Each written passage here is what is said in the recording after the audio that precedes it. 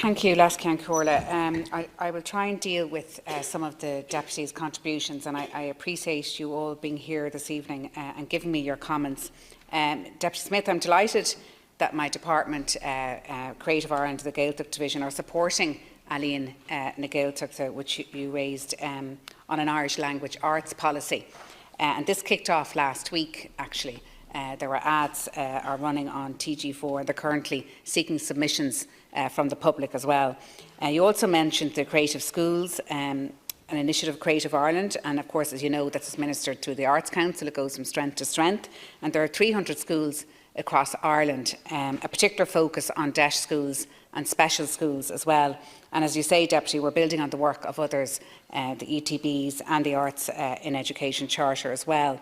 You also spoke about restoring Arts Council funding to 2009, and I'm very glad to confirm, as you know, that the Arts Council funding in 2020 will exceed 2009 levels. Inga, so Snuddy, Deputy O'Snuddy, you also mentioned about the double the funding. In fact, I think you mentioned a figure, the 2008 figure, or it could be the 2009 figure of 81.6 million. It's important to say that that figure actually included 6 million of capital funding, whereas the figure that's going to the Arts Council for 2020 doesn't. So there is a distinction there. There's also the 1.2 billion in capital investment, but I appreciate your comments about double the funding, and it is something that the Taoiseach has committed to do, and certainly it's something that I want to see happen, and I don't see any reason. It was difficult circumstances, as you know, in terms of Brexit this year, but we are on the right trajectory, as I said yesterday in the Dáil. In terms of your question about the theatre sector report, and Deputy Boyd Barrett brought this up as well. I don't want to engage in a statistical debate about it, but earnings in the sector grew actually by 3.3% in 2018, in line with the increase in earnings across the country, which was according to the CSO statistics.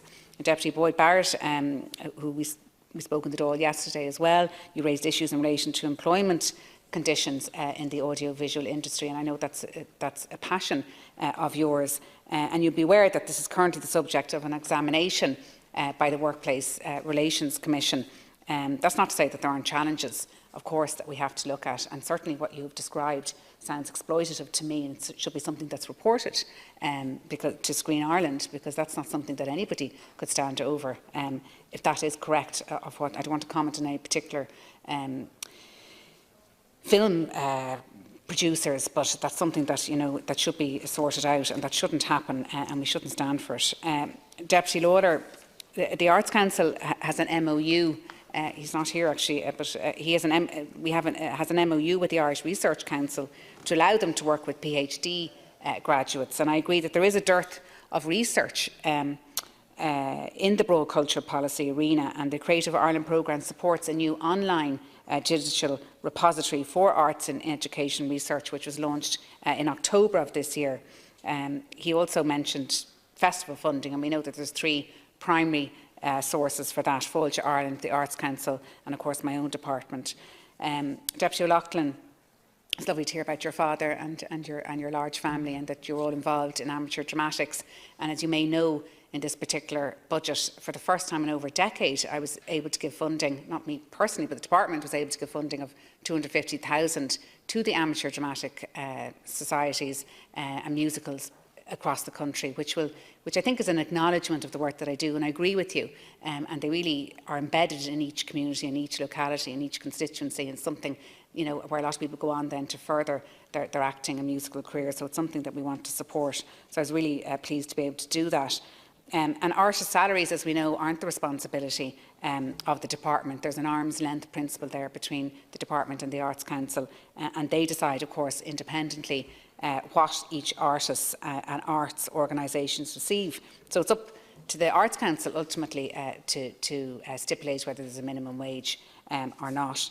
But I do appreciate your comments in relation to the Youth Theatre Ireland as well, and I know Peter Hussey, who you cited as a lot of experience as well in that area.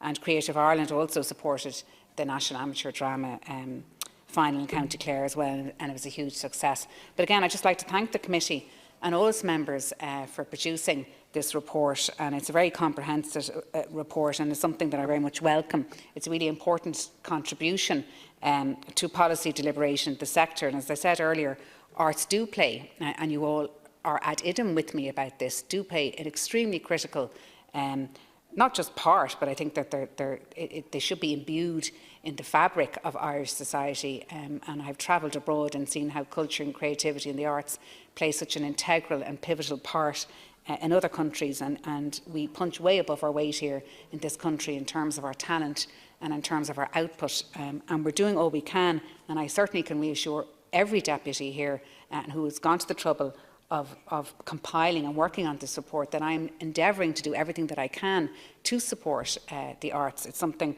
that I enjoy myself, and I think is really important for the individual and collective well-being of everybody, of every age in Ireland. And so it's something that I'm going to try to continue to do. And we have made, I think, significant progress over the years, and the Creative Ireland programme in particular, and obviously the increases to the Arts Council.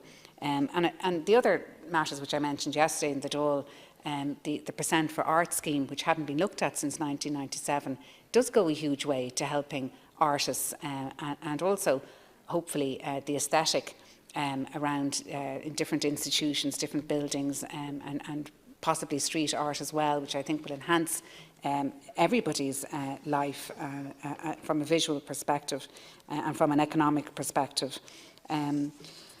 So there was also the social welfare scheme, which has been extended, which myself and Minister Regina Doherty worked on, and I think that is a positive signal, if you like, to artists who, and I've heard you talk about it many times, the Dáil, Deputy Boyd Marrett, and all of you, in terms of the precarious position that they find themselves in as artists, and we have to try to support them in any way that we can.